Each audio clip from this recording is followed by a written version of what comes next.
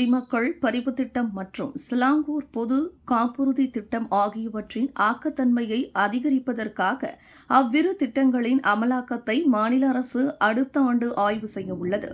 மாநிலத்தின் அனைத்து நிலையிலான மக்களும் பயன்பெறுவதை உறுதி செய்வதற்காக இல்திசாம் சிலாங்கூர் பென்யாயாங் முன்னெடுப்பின் கீழுள்ள இந்த திட்டங்களை மறு ஆய்வு செய்வது அவசியமாகிறது என்று மந்திரி புசா டத்தோஸ்டி அமிருடீன் ஷாரி கூறினார்.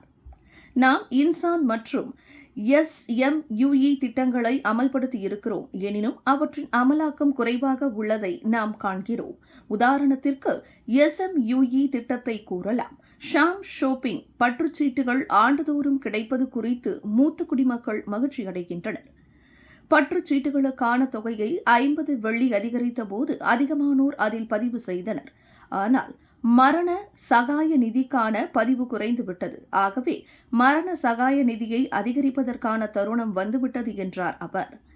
SMUE மற்றும் இன்சான் திட்டங்களை எவ்வாறு தரம் உயர்த்த நாம் முயன்று வருகிறோம் என்பதற்கான உதாரணம் இது என்று அவர் குறிப்பிட்டார்.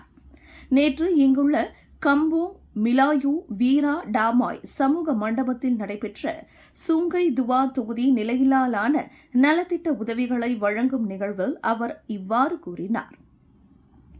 மக்கள் எளிதாக பதிவு செய்வதற்கு ஏதுவாக நாம் பதிவு செயல்முறையை எளிதாக்க வேண்டும். குடும்பங்களுக்கு உரிய பாதுகாப்பும் உதவியும் கிட்டுவதை உறுதி செய்ய இறப்புக்கு பின்னரும் இத்திட்டத்தில் பதிவு செய்வதற்கு உரிய வாய்ப்பு ஏற்படுத்தப்படும் என்றார் அவர்.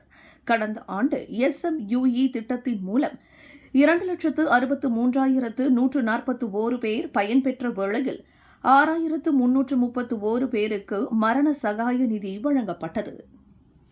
விண்வெளியில் மேலும் செய்திகளை தெரிந்து கொள்ள கீழே இருக்கும் பெல் பட்டனை அழுத்துங்கள். உங்கள் ஆதரவை வெளிப்படுத்த லைக் மற்றும் ஷேர் செய்யுங்கள். தொடர்ந்து விண்வெளியுடன் உங்கள் பயணத்தை தொடர்ந்திருக்க சப்ஸ்கிரைப் செய்யுங்கள்.